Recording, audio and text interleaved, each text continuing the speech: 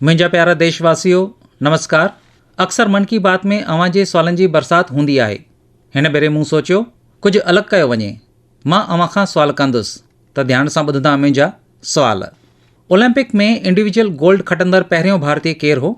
Olympic में कहिड़ी रांदि में भारत हेल ताईं वधि में वधि ॿिला खटिया आहिनि? ओलंपिक में कहिड़े रांदीगर वधि में वधि ॿिला खटिया आहिनि? साथियो, तव्हां पंहिंजा जवाब मोकिलींदा, पर माई गव में ओलंपिक्स ते जेका क्विज़ आहे उन्हनि सुवालनि जो जवाबु ॾींदा त अव्हांखे घणाई इनाम हासिलु थींदा।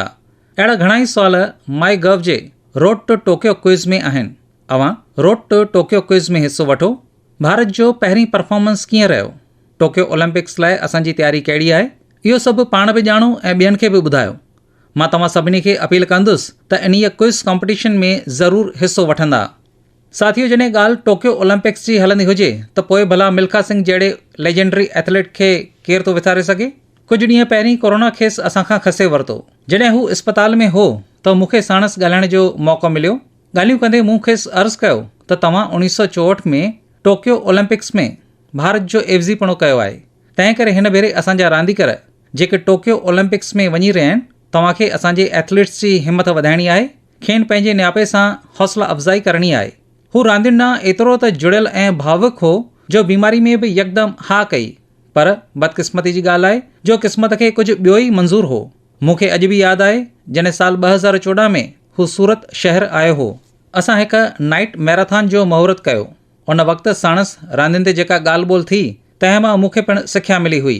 असां सभिनी खे मालूम आहे त मिल्खा सिंह जो पूरो परिवार स्पोर्ट्स ॾांहुं डेडिकेटेड रहियो आहे, भारत जो फ़ख्रु वधाईंदो रहियो आहे। साथियों, जॾहिं talent, dedication, determination and sports spirit हिकु हंधि यकमुश थींदा आहिनि तॾहिं वञी कोई चैंपियन थींदो आहे। असांजे देश में घणाई रांदीगर नंढनि नंढनि शहरनि, कस्बनि ऐं ॻोठनि मां ईंदा आहिनि। टोक्यो वेंदड़ ओलंपिक टीम में असांजा अहिड़ा घणाई रांदीगर आहिनि जिन जी ज़िंदगी असां में उत्साह पैदा करे थी। असांजे प्रवीण जाधव जे बारे में अव्हां ॿुधो ई हूंदो।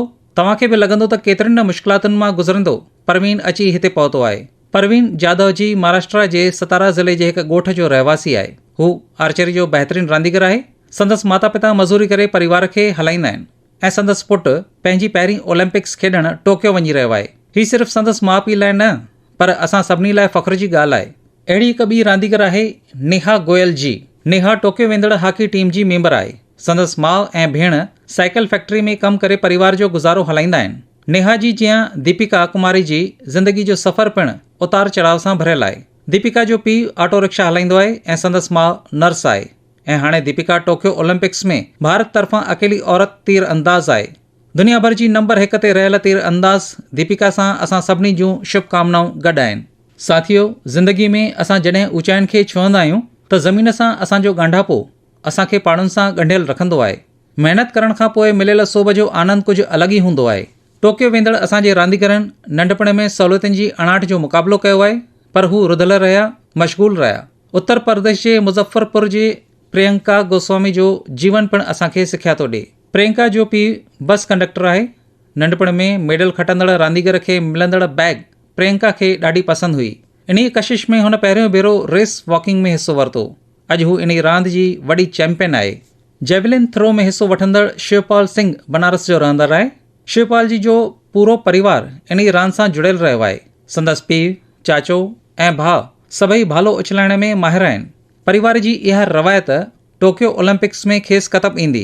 टोक्यो ओलंपिक्स में वेंदड़ चिराग शेट्टी ऐं संदसि पार्टनर सात्विक साईराज जो हौसलो पिणु सिख्या ॾींदड़ आहे। वेझड़ में चिराग जे नाना जो कोरोना सबबि मौत थियो। सात्विक बि गुज़िरियल साल कोरोना पॉज़िटिव रहियो आहे। इन्हनि सभिनी मुश्किलातुनि जे बावजूदि बि ही ॿई मेंस डबल शटल कॉम्पिटिशन में पंहिंजो बहितरीन परफॉर्मेंस ॾियण जी कोशिश में रुधल आहिनि। हिकु ॿिए रांदीगर सां मां अव्हां जी वाक़फ़ियत कराईंदुसि। हरियाणा जे भिवानी जे मनीष कौशिक जी सां। मनीष जी खेती किसान परिवार मां आहे। नंढपण में खेतनि में कमु कंदे मनीष खे बॉक्सिंग जो शौक़ु लॻी वियो। अॼु इहो शौक़ु खेसि टोक्यो वठी वञी रहियो आहे। हिकु ॿियो रांदीगर आहे CA भवानी देवी जी। नालो भवानी आहे ऐं तलवारबाज़ी में माहिर आहे। चेन्नई जी रहंदड़ भवानी पहिरीं भारतीय फेंसर आहे जंहिं ओलंपिक्स लाइ क्वालिफाई कयो आहे। मूं किथे पढ़ियो त भवानी जी ट्रेनिंग जारी रहे, इन लाइ संदसि माउ पंहिंजा ज़ेवर गिरवी रखे छॾिया। साथियों, अहिड़ा अणखुटंदड़ नाला आहिनि, पर मन की बात में मां फ़क़ति अॼु कुझु नाला खणी सघियो आहियां। टोक्यो वेंदड़ हर रांदीगर जी पंहिंजी कश्मकश रही आहे ऐं सालनि जी महिनत लॻी आहे। हू सिर्फ़ु पंहिंजे लाइ न पर देश जे लाइ खेॾण वञी रहिया आहिनि। इन्हनि रांदीगरनि खे भारत जी इज़त वधाइणी आहे, गॾोगॾु माण्हुनि जूं दिलियूं पिणु खटणियूं आहिनि। तंहिं करे मां देशवासियुनि खे सलाह ॾींदुसि त असांखे ॼाणे अणॼाणाईअ में इन्हनि रांदीगरनि ते दबाउ कोन विझणु घुरिजे, पर खुले मन सां संदनि साथ ॾियणु घुरिजे ऐं हर हिक रांदीगर जो उत्साह वधाइणु घुरिजे।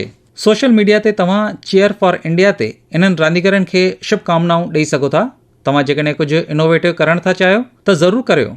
जेकॾहिं तव्हांखे का आइडिया आहे जेका असांजे रांदीगर खे देश सां गॾिजी करे करणु घुरिजे त तव्हां मूंखे ज़रूरु लिखंदा। असां सभई गॾिजी करे टोकियो वेंदड़ रांदीगरनि खे सपोर्ट कंदासीं। Cheer for India, cheer for India, cheer for India. मुंहिंजा प्यारा देशवासियो, कोरोना ख़िलाफ़ असां देशवासियुनि जी लड़ाई जारी आहे, पर असां इन लड़ाई में गॾिजी करे कुझु गैर मामूली मुक़ाम हासिल करे रहिया आहियूं। कुझु ॾींहं अवल असांजे देश हिकु अभूतपूर्व कमु कयो आहे।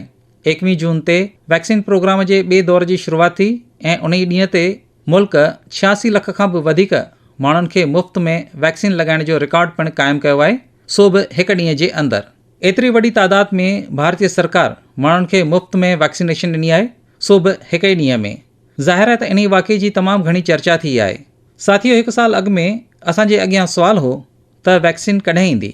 अॼु असीं हिक ई ॾींहं में लखे माण्हुनि खे मेड इन इंडिया वैक्सीन मुफ़्त में लॻाए रहिया आहियूं ऐं इहा आहे नए भारत जी ताक़त। साथियो, असां लगातार कोशिशूं करे रहिया आहियूं त वैक्सीन जी सुरक्षा हर हिक भारतीय खे मिले।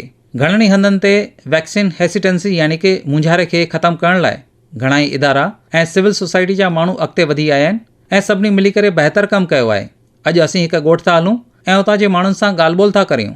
वैक्सीन जे बारे में मध्य प्रदेश जे बैतूल ज़िले जे डुलारिया ॻोठ में था हलूं।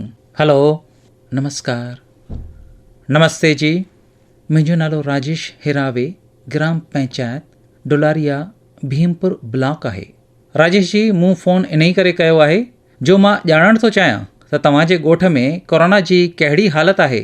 सर, हिते कोरोना जे हालत में हिन वक़्तु कुझु कोन आहे। हाणे माण्हू बीमार कोन आहिनि। जी। ॻोठ जी आदमशुमारी केतिरी आहे? ॻोठ में घणा माण्हू आहिनि? ॻोठ में 462 मर्द ऐं 332 औरतूं आहिनि सर। चङो राजेश जी, तव्हां वैक्सीन लॻाराई आहे? न सर, अञा कोन हणाई आहे। अरे, छो न हणाई आहे?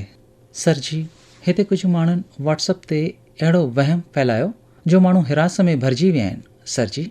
त छा तव्हांजे मन में पिणु भउ आहे? जी सर, पूरे ॻोठ में वहम फैलियल आहे सर। अरे रे रे, हे तव्हां छा पिया चओ? ॾिसो राजेश जी, मां तव्हांखे ऐं ॻोठ जे सभिनी भाउरनि ऐं भेनरुनि खे इहो ई चवंदुसि त भउ खे कढी छॾियो। जी, असां पूरे मुल्क में 31 करोड़ खां बि वधीक माण्हुनि खे वैक्सीन हई आहे। जी, तव्हांखे ॼाण आहे न त मूं पाण ख़ुदि टुके जा 2 डोज़ हणाया आहिनि। जी सर। अरे, मुंहिंजी माउ त लॻभॻि 100 सालनि जी आहे, उन्हीअ पिणु 2 डोज़ हणाया आहिनि। कॾहिं कॾहिं कंहिंखे बुखार वग़ैरह ईंदो आहे, पर इहो मामूली हूंदो आहे, फ़क़ति कुझु कलाकनि लाइ। ॾिसो, वैक्सीन न हणाइणु तमामु घणो ख़तरनाक आहे। जी, तव्हां पाण खे जोखम में त विझो था, पर पूरे परिवार ऐं ॻोठ खे पिणु ख़तरे में विझी सघंदा आहियो। जी, ऐं राजेश जी, जेतिरो जल्दी थी सघे ओतिरो जल्दी वैक्सीन हणायो ऐं ॻोठ में सभिनी खे ॿुधायो त भारत सरकार तरफ़ां सभिनी खे मुफ़्त में वैक्सीन मिली रही आहे ऐं 18 सालनि खां मथे उमिरि वारनि खे सभिनी लाइ इहा वैक्सीन मुफ़्त आहे। जी जी, तव्हां ॻोठ में माण्हुनि खे ॿुधायो त ॻोठ में भउ जो माहौल जो को बि कारण कोन आहे। कारण सर इहो आहे त कुझु माण्हुनि ग़लति अफ़वाह फैलाई आहे, जंहिं करे माण्हू डिॼी विया आहिनि, जहिड़ो कि वैक्सीन लॻाइण सां बुखार ईंदो, बुखार सां बीमारी फैलिजंदी, मतिलबु माण्हू जी मौत थी वेंदी। एतिरी हद ताईं अफ़वाह फैलाई वई आहे। ओहो हो, ॾिसो, अॼु रेडियो TV इन्हनि मां घणियूं ख़बरूं मिलंदियूं आहिनि, तंहिं करे माण्हुनि खे सम्झाइणु सवलो आहे। ऐं ॾिसो, मां तव्हांखे ॿुधायां थो त भारत में अहिड़ा घणाई ॻोठ आहिनि जिते सभिनी माण्हुनि वैक्सीन लॻाराई आहे, यानी ॻोठ में 100% माण्हुनि वैक्सीन हणाई आहे। जीअं मां तव्हांखे मिसाल थो ॾियां। जी, कश्मीर में बांदीपुरा ज़िलो आहे। इन्हीअ बांदीपुरा ज़िले में हिकु वैन ॻोठ आहे जिते माण्हुनि मिली करे 100% वैक्सीन जो निशान मुक़ररु कयो ऐं इन खे हासिल पिणु कयो आहे। अॼु कश्मीर जे इन ई ॻोठ में 18 सालनि खां वॾी उमिरि वारनि सभिनी माण्हुनि टुको हणायो आहे। नागालैंड जे 3 ॻोठनि जो पतो पियो आहे जिते पिणु माण्हुनि 100% टुका हणिया आहिनि। जी जी राजेश जी, तव्हांखे पंहिंजे ॻोठ ऐं आसे पासे जे ॻोठनि में इहो ॿुधाइणो पवंदो। जीअं तव्हां चओ था त इहो फ़क़ति वहम आहे, बसि इहो फ़क़ति वहम ई आहे। जी जी त वहम जो जवाबु इहो आहे त तव्हां पाण खे टुको हणायो ऐं सभिनी खे सम्झायो। तव्हां कंदा न? जी सर। पक कंदा न? जी सर, जी सर। तव्हां सां ॻाल्हाए करे मूंखे ईअं लॻे थो त मां पाण बि टुको हणायां ऐं माण्हुनि खे इन ई बाबति ॿुधायां। अच्छा, ॻोठ में ॿियो कोई आहे जंहिंसां मां ॻाल्हाए सघां थो? जी आहे सर। केरु ॻाल्हाईंदो? हेलो सर, नमस्कार। नमस्ते जी, केरु ॻाल्हाए रहियो आहे? सर, मुंहिंजो नालो किशोरीलाल दुर्वे आहे। जी किशोरीलाल जी, हाणे राजेश जी सां ॻाल्हि थी रही हुई। जी सर। ऐं हू ॾाढे ॾुख मां ॿुधाए रहियो त वैक्सीन बाबति माण्हू अलॻि अलॻि ॻाल्हियूं करे रहिया आहिनि। जी, तव्हां बि कुझु इहो ई ॿुधो आहे छा? हा, ॿुधो त कुझु इहो ई आहे। छा ॿुधो आहे? सर, पासे में महाराष्ट्र आहे, उतां कुझु रिश्ते में माण्हुनि मतिलबु कुझु अफ़वाह फैलाया आहिनि त वैक्सीन लॻाइण सां माण्हू मरी रहिया आहिनि, कोई बीमार थी रहियो आहे। सर, माण्हुनि वटि अफ़वाह घणाई आहिनि, जंहिं करे टुको कोन हणाए रहिया आहिनि। छा था चवनि? हाणे कोरोना हली वई आहे, ईअं चवंदा आहिनि? जी, कोरोना सां कुझु न थींदो आहे, ईअं चवंदा आहिनि? न, कोरोना कोन वियो आहे, ईअं कोन चवंदा आहिनि। सर, कोरोना त आहे, पर जेके वैक्सीन हणाईंदा आहिनि से बीमार थींदा आहिनि, मरी वेंदा आहिनि, ईअं चवंदा आहिनि सर। अच्छा, वैक्सीन जे करे मरी वेंदा आहिनि? सर, असांजो इलाइक़ो आदिवासी एराज़ी आहे, अहिड़े में माण्हू जल्दी डिॼी वेंदा आहिनि। अफ़वाह फैलियलु आहे, जंहिं करे हू वैक्सीन कोन हणाए रहिया आहिनि। ॾिसो किशोरीलाल जी। जी हा सर। अफ़वाह फैलाईंदड़ माण्हू अफ़वाह फैलाईंदा रहंदा। जी, असांखे त जान बचाइणी आहे, पंहिंजे ॻोठ वारनि खे बचाइणो आहे, पंहिंजे देशवासियुनि खे बचाइणो आहे। जेकॾहिं कोई चए त कोरोना ख़तमु थी वई आहे त इन ई ग़लतफ़हमी में कोन रहिजो। जी, हीअ त बीमारी अहिड़ी आहे, रूप मटाईंदड़ आहे। जी सर। हीअ रूप मटाईंदी रहंदी आहे, नवां नवां रंग रूप मटाए करे पहुचंदी आहे। जी, त इन ई खां बचण जा 2 रस्ता आहिनि। पहिरियों त कोरोना लाइ जेको प्रोटोकॉल ठाहियो वियो आहे, मास्क पाइणु, साबुण सां वर हथ धोइणु, मुफ़ासिलो रखणु, ऐं ॿियो रस्तो आहे गॾोगॾु वैक्सीन हणाइणु। इहा पिणु हिकु सुठो सुरक्षा कवच मैसर कराईंदी आहे, त इन जी चिंता करियो। जी, अच्छा किशोरीलाल जी, इहो ॿुधायो। जी सर। जॾहिं माण्हू तव्हां सां ॻाल्हाईंदा आहिनि त तव्हां कहिड़े नमूने खेनि सम्झाईंदा आहियो?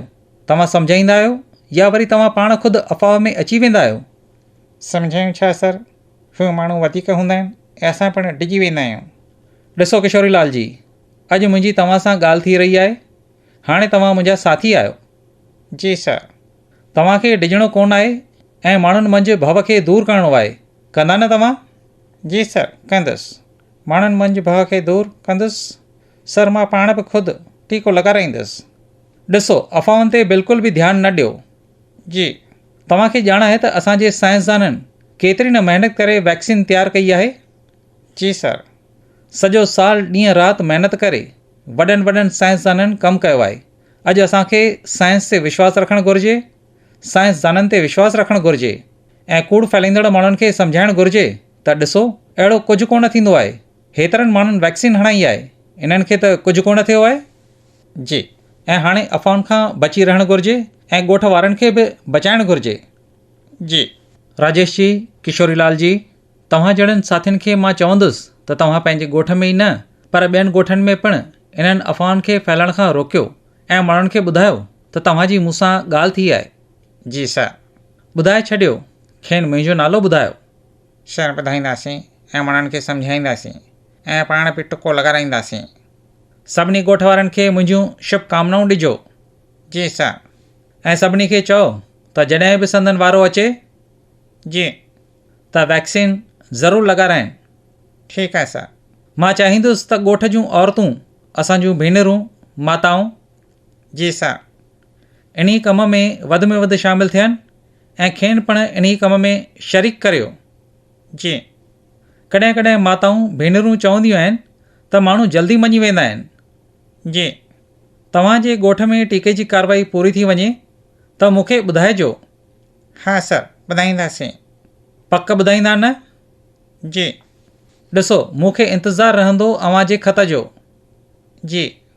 ठीकु आहे राजेश जी, किशोरीलाल जी, घणी घणी महिरबानी अव्हां सां ॻाल्हाइण जो मौक़ो मिलियो। महिरबानी सर, तव्हां असां सां ॻाल्हायो, तव्हांजी घणी घणी महिरबानी। साथियो, भारत जा ॻोठ कॾहिं न कॾहिं दुनिया लाइ केस स्टडी जो मौज़ू बणिबा त कीअं न असांजे आदिवासियुनि भाउरनि भेनरुनि कोरोना दौर में सूझबूझ खां कमु वरितो। ॻोठ वासियुनि क्वारंटाइन सेंटर्स बर्पा कया, मकानी ज़रूरतुनि खे ॾिसंदे कोरोना प्रोटोकॉल्स तयारु कया। ॻोठ वासियुनि कंहिंखे बि बुखियो सुम्हणु कोन ॾिनो ऐं खेती ॿाड़ी जो कमु बि कंदा रहिया। रोज़ानो आसे पासे जे शहरनि में खीर भाॼियूं पहुचाईंदा रहिया। ॻोठ वारनि ध्यानु रखियो त पाण खे संभालनि ऐं ॿियनि खे बि संभालियो। साॻी कार्रवाई असांखे वैक्सीनेशन प्रोग्राम में करणु घुरिजे। असांखे सुजाॻ रहणो आहे ऐं ॿियनि खे बि सुजाॻ करणो आहे। हर ॻोठ जो मक़सदु हुअणु घुरिजे। ॻोठ में हर हिकु शख़्स खे वैक्सीन लॻाइणु घुरिजे। यादि रखो, मां तव्हांखे ख़ासि तौर ते चई रहियो आहियां। तव्हां हिकु सुवालु पंहिंजे मन खां पुछियो, हर कोई कामयाबु थियणु चाहींदो आहे, पर फ़ैसिलेदार कामयाबी जो मंत्र कहिड़ो आहे? फ़ैसिलेदार कामयाबी जो मंत्र आहे लॻातार कमु करणु। तंहिं करे असांखे सुस्त कोन थियणो आहे, कंहिं वहम में कोन पवणो आहे। असांखे लॻातार महिनत करणी आहे, कोरोना मथां सोभ हासिलु करणी आहे। मुंहिंजा प्यारा देशवासियो, असांजे देश में चोमासो अची वियो आहे। बादल जॾहिं वसंदा आहिनि त फ़क़ति असां लाइ कोन वसंदा आहिनि, पर ईंदड़ पीढ़ियुनि लाइ पिणु पाणी वरसाईंदा आहिनि। बरसाति जो पाणी ज़मीन अंदरि जमा थींदो आहे, जंहिंसां ज़मीन अंदरि पाणी जी संवत बहितर थींदी आहे। तंहिं करे पाणी खे बचाइण खे देश जी शेवा करे लिखणु घुरिजे। तव्हां बि ॾिठो हूंदो त घणाई माण्हू इन महान कम जी ज़िम्मेवारी पाण ते हमवार करे वेठा आहिनि। उत्तराखंड जे पौड़ी गढ़वाल में रहंदड़ हिकिड़ो शख़्स आहे सजदानंद भारती जी। भारती जी हिकु मास्तर आहे ऐं पंहिंजे कम ज़रिए माण्हुनि खे सुठी सिख्या ॾींदो आहे। अॼु संदसि महिनत करे पौड़ी गढ़वाल जे उफरेल खाल इलाइक़े में पाणी जो मुझारो ख़तमु थी वियो आहे। जिते माण्हू पाणीअ लाइ वाझाईंदा हुआ, उते हाणे पूरो साल पाणी मौजूदु रहे थो। साथियो, पहाड़नि ते पाणी खे बचाइण जो हिकु रवायती सिरिश्तो रहियो आहे, जंहिंखे चाल खाल चयो वेंदो आहे, यानी पाणी जमा करण लाइ हिकु वॾो खॾो खोटियो वेंदो आहे। इन्हीअ रवायत में भारती जी कुझु नयनि तकनीकुनि खे जोड़ियो आहे। हुन सिलसिलेवार नंढा वॾा तलाव तयारु कया आहिनि, जंहिंसां न फ़क़ति उतां जूं पहाड़ियूं सायूं थी वियूं आहिनि, पर माण्हुनि खे पीअण जो पाणी पिणु मिली वियो आहे। तव्हांखे ॼाणी करे हैरत थींदी त भारती जी अहिड़ा 30,000 खां बि वधीक तलाव तयारु कया आहिनि। 30,000। संदसि इहो महान कमु अॼु बि जारी आहे ऐं घणनि ई माण्हुनि खे सिख्या ॾेई रहियो आहे। साथियो, इन्ही तरह उत्तर प्रदेश जे बांदा ज़िले जे अंधाव ॻोठ जे माण्हुनि हिकु अलॻि तरीक़े जो कमु कयो आहे। हुननि पंहिंजे कम खे निरालो नालो ॾिनो आहे, खेती जो पाणी खेत में ऐं ॻोठ जो पाणी ॻोठ में। इन्हीअ कार्रवाई तहत ॻोठ जे जझे एराज़ीअ में वॾियूं वॾियूं मेड़ तयारु कयूं वयूं आहिनि। इन सां बरसाति जो पाणी खेतनि में जमा थियणु लॻो ऐं ज़मीन अंदरि वञणु लॻो। हाणे इहे माण्हू खेतनि जे मेड़ ते वण लॻाइण जी सोचे रहिया आहिनि, यानी किसाननि खे पाणी, वण ऐं नाणो टई मिलंदा। सुठनि कमनि सबबि ॻोठ वारनि जी मशहूरी दूर दूर ताईं फैलिजी वई आहे। साथियो, इन्हनि सभिनी मां सिख्या हासिलु कंदे असांखे आसे पासे हर तरह सां पाणी बचाइणु घुरिजे। चोमासे जे इन्हीअ मुंद खे असांखे अजायो विञाइणु कोन घुरिजे। मुंहिंजा प्यारा देशवासियो, असांजे शास्त्रनि में चयल आहे त नासित मूलम अनौषधम, माना धरतीअ ते अहिड़ा के बि वण टण कोन आहिनि जिन में दवा जा गुण कोन हुजनि। असांजे आसे पासे घणाई वण आहिनि जिन में हैरत अंगेज़ फ़ाइदा लिकियल आहिनि, पर असांखे इन्हनि जी ॼाण कोन आहे। मूंखे नैनीताल मां हिकु साथी भाईअ परितोष इन्हीअ मौज़ूअ ते हिकु ख़त लिखियो आहे। हुन लिखियो आहे त कोरोना अचण खां पोइ ई खेसि गिलोय ऐं ॿियनि वणनि जे चमत्कारी फ़ाइदनि जी ॼाण पई। परितोष मूंखे अर्ज़ु कयो आहे त मां मन की बात ॿुधंदड़नि खे चवां त तव्हां बि पंहिंजे आसे पासे वणनि बाबति मालूमात हासिलु करियो ऐं ॿियनि खे पिणु ॿुधायो। हक़ीक़त में इहा असांजी सदियूं पुराणी विरासत आहे, जंहिंखे असांखे संभाले रखिणो आहे। इन्हीअ ॾिस में मध्य प्रदेश जे सतना जो हिकु साथी आहे श्रीराम लोटन कुशवाहा जी। हिन तमामु ई साराह जोॻो कमु कयो आहे। राम लोटन जी पंहिंजे खेत में हिकु देसी म्यूज़ियम तयारु कयो आहे। इन्हीअ म्यूज़ियम में अलॻि अलॻि तरहनि जे दवा वारनि वणनि ऐं ॿिजनि खे कठो कयो वियो आहे। हू परे परे खां इन्हनि खे आणे कठो कयो आहे। इन्हीअ खां अलावा हू हर साल अलॻि अलॻि तरह जूं भारतीय भाॼियूं पोखींदो आहे। राम लोटन जे बाग़ खे ॾिसण लाइ, देसी म्यूज़ियम खे ॾिसण लाइ तमामु घणा माण्हू ईंदा आहिनि ऐं घणो कुझु सिखी वेंदा आहिनि। वाक़ई इहो हिकु अनोखो आज़मूदो आहे जंहिंखे मुल्क जे अलॻि अलॻि हिस्सनि में आज़माए सघिजे थो। मां चाहींदुसि त जेकर तव्हां मां कुझु माण्हू जेकॾहिं चाहिनि त इहा कार्रवाई ज़रूरु कनि। इन सां तव्हांजी उपति जा नवां ज़रिया खुलंदा। हिकु फ़ाइदो इहो आहे त मकानी वणनि ज़रिए अव्हांजे इलाइक़े जी मशहूरी थींदी। मुंहिंजा प्यारा देशवासियो, कुझु ई ॾींहंनि में 1 जुलाई ते असीं नेशनल डॉक्टर्स डे मल्हाईंदासीं। हीउ ॾींहुं देश जे महान डॉक्टर ऐं स्टेटमैन डॉक्टर BC रॉय जे जनम ॾींहं ते मल्हायो वेंदो आहे। कोरोना दौर में डॉक्टरनि जो अहम योगदान रहियो आहे ऐं असां संदनि थोराइता आहियूं। असांजे डॉक्टरनि पंहिंजे जान जी परवाह कए बिना असांजी शेवा कई आहे। तंहिं करे हिन भेरे नेशनल डॉक्टर्स डे अञा बि वधीक ख़ासि आहे। साथियो, मेडिसिन जे दुनिया में सभ खां वधि में वधि इज़तदार माण्हुनि में हिकु हिपोक्रेट्स चयो हो त wherever the art of medicine is loved, there is also a love of humanity। माना जिते आर्ट ऑफ मेडिसिन लाइ प्यार आहे उते इंसानियत लाइ पिणु प्यार हूंदो आहे। डॉक्टर इन्हीअ प्रेम जी शक्ति सां असांजी शेवा कंदा आहिनि। असांजो फ़र्ज़ु आहे त असीं पिणु एतिरी प्रेम सां संदनि शुक्राना अदा कयूं ऐं संदनि हौसलो वधायूं। हूअं असांजे देश में अहिड़ा घणा ई माण्हू आहिनि जेके डॉक्टरनि जी मदद लाइ अॻिते वधी कमु कंदा आहिनि। श्रीनगर में मूंखे हिकु अहिड़े कम जो पतो पियो आहे। हिते दल ढंढ में हिकु बोट एम्बुलेंस सर्विस शुरू कई वई आहे। श्रीनगर जे तारिक अहमद पतलू इहा सेवा शुरू कई आहे जो हू ख़ुदि पाण हिकु हाउस बोट जो मालिक आहे। हुन ख़ुदि बि कोरोना जो मुक़ाबिलो कयो आहे, जंहिं सबबु खेसि एम्बुलेंस सर्विस शुरू करण जो वीचारु आयो। हू एम्बुलेंस ज़रिए माण्हुनि में सुजाॻी आणे रहियो आहे ऐं लगातार एम्बुलेंस मां अनाउंसमेंट्स पिणु कंदो रहंदो आहे। कोशिशि इहा ई आहे त माण्हू मास्क पाइनि ऐं हर हिकु ख़बरदारी सां हलनि। साथियो, 1 जुलाई ते डॉक्टर्स डे सां गॾोगॾु चार्टर्ड अकाउंटेंट्स जो ॾींहुं पिणु मल्हायो वेंदो आहे। मूं कुझु साल अवल देश जे चार्टर्ड अकाउंटेंट्स सां ग्लोबल लेवल जे भारतीय ऑडिट फर्म्स जी सुखड़ी घुड़ी हुई। अॼु मां खेनि यादि करायां थो। इक़्तिसादत में पारदर्शिता आणण में चार्टर्ड अकाउंटेंट्स हिकु सुठो ऐं शफ़ी रोल अदा करे सघंदा आहिनि। मां सभिनी चार्टर्ड अकाउंटेंट्स ऐं संदनि परिवार वारनि खे शुभकामनाऊं ॾियां थो। मुंहिंजा प्यारा देशवासियो, कोरोना ख़िलाफ़ भारत जी लड़ाई जी हिकु ख़ासि ॻाल्हि आहे। इन्ही लड़ाई में हर हिकु माण्हूअ पंहिंजो रोल अदा कयो आहे। मूं मन की बात में अक्सर इन्ही बाबति ज़िक्र कयो आहे, पर किन माण्हुनि खे शिकायत आहे त संदनि बाबति ज़िक्र कोन थी रहियो आहे। घणा ई माण्हू बैंक स्टाफ हुजे या वरी टीचर हुजनि, नंढा वापारी हुजनि या दुकानदार, दुकाननि में कमु कंदड़ हुजनि या वरी फेरी लॻाइण वारा भाउर ऐं भेनरूं हुजनि, सिक्योरिटी वॉचमैन या वरी पोस्टमैन ऐं पोस्ट ऑफिस जा अमलदार। दर हक़ीक़त लिस्ट तमामु ई घणी वॾी आहे ऐं हर कंहिं पंहिंजो रोल अदा कयो आहे। हुकूमत में पिणु माण्हू पंहिंजी पंहिंजी संवत ते कमु करे रहिया आहिनि। साथियो, तव्हां भारत सरकार में सेक्रेटरी गुरु प्रसाद महापत्रा जी जो नालो त ॿुधो ई हूंदो।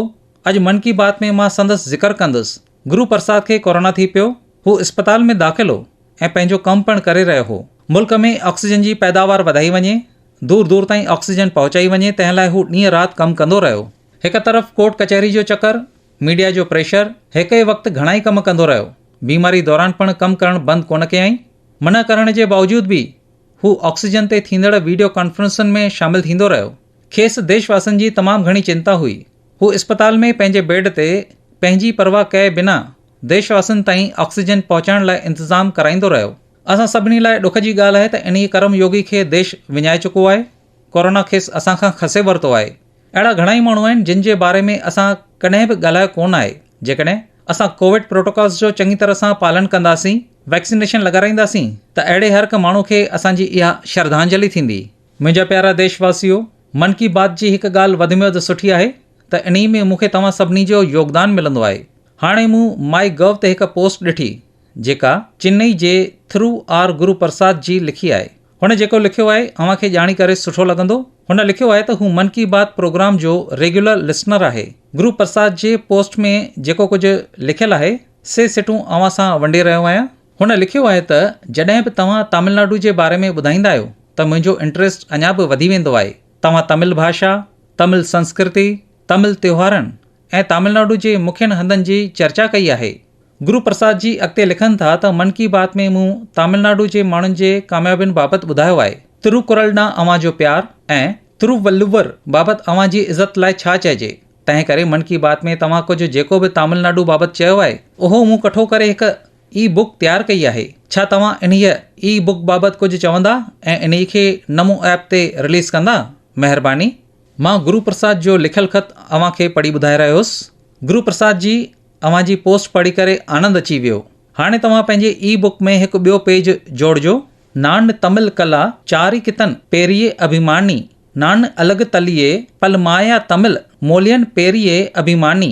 उच्चारण में ग़लती थी सघे थी, पर मुंहिंजियूं कोशिशूं ऐं मुंहिंजो प्रेम कॾहिं बि घटि कोन थींदो। जिन खे तमिल कोन ईंदी आहे मां उन्हनि खे ॿुधाईंदुसि त मूं गुरु प्रसाद खे चयो आहे, मां तमिल संस्कृति जो तमामु वॾो चहेतो आहियां। मां दुनिया जे वधि में वधि पुराणी भाषा तमिल जो वॾो चहेतो आहियां। साथियो, हर हिकु भारतवासी खे दुनिया जे वधि में वधि क़दीम भाषा ते फ़ख़्रु महसूसु करणु घुरिजे। मूंखे तमिल ते तमामु घणो फ़ख़्रु आहे। गुरु प्रसाद जी, तव्हांजी इहा कोशिश मूंखे नओं नज़रियो ॾेई रही आहे। छो जो जॾहिं मां मन की बात कंदो आहियां त पंहिंजी ॻाल्हि खे सरल सवले नमूने रखंदो आहियां। मूंखे ख़बर कोन हुई त इन जो इहो हिकु एलिमेंट पिणु आहे।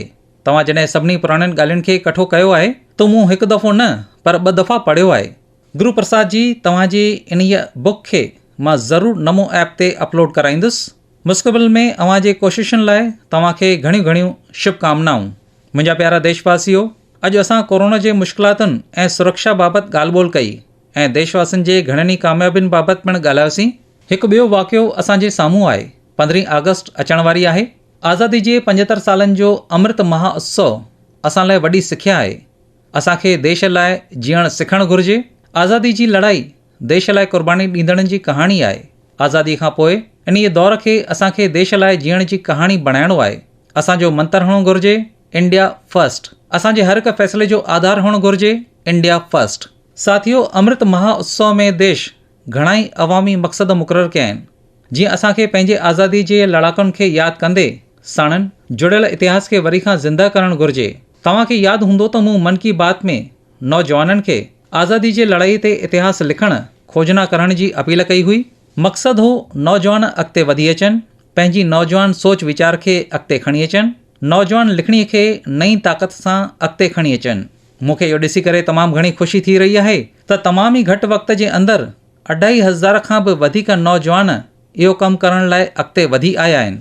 साथियो, ख़ासि ॻाल्हि इहा आहे त 19वीं ऐं 20वीं सदी जे जंग जी ॻाल्हि आमतौरु थींदी रहंदी आहे, पर ख़ुशी इन ॻाल्हि जी आहे त 21वीं सदी में जेके नौजवान पैदा थिया आहिनि, यानी जिन जो जनम 21वीं सदी में थियो आहे, से नौजवान साथी 19वीं ऐं 20वीं सदीअ जे आज़ादी जे जंग लिखण बाबति मोर्चो संभालियो आहे।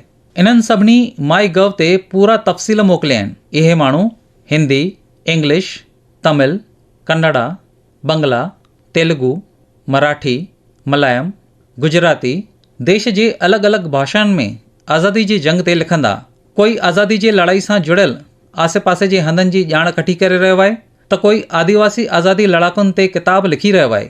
हिकु सुठी शुरूआत आहे। मुंहिंजी अव्हां सभिनी खे अपील आहे त अमृत महोत्सव सां ज़रूरु जुड़िजो।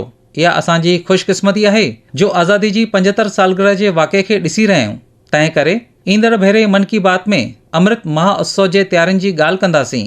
तव्हां सभई सेहतमंद रहो, कोरोना सां जुड़ियल क़ाइदनि जो पालन कंदा रहो ऐं पंहिंजे नयनि कोशिशुनि ज़रिए देश खे ईअं रफ़्तार ॾींदा रहो। इन्हनि शुभकामनाउनि सां गॾु तव्हांजी घणी घणी महिरबानी।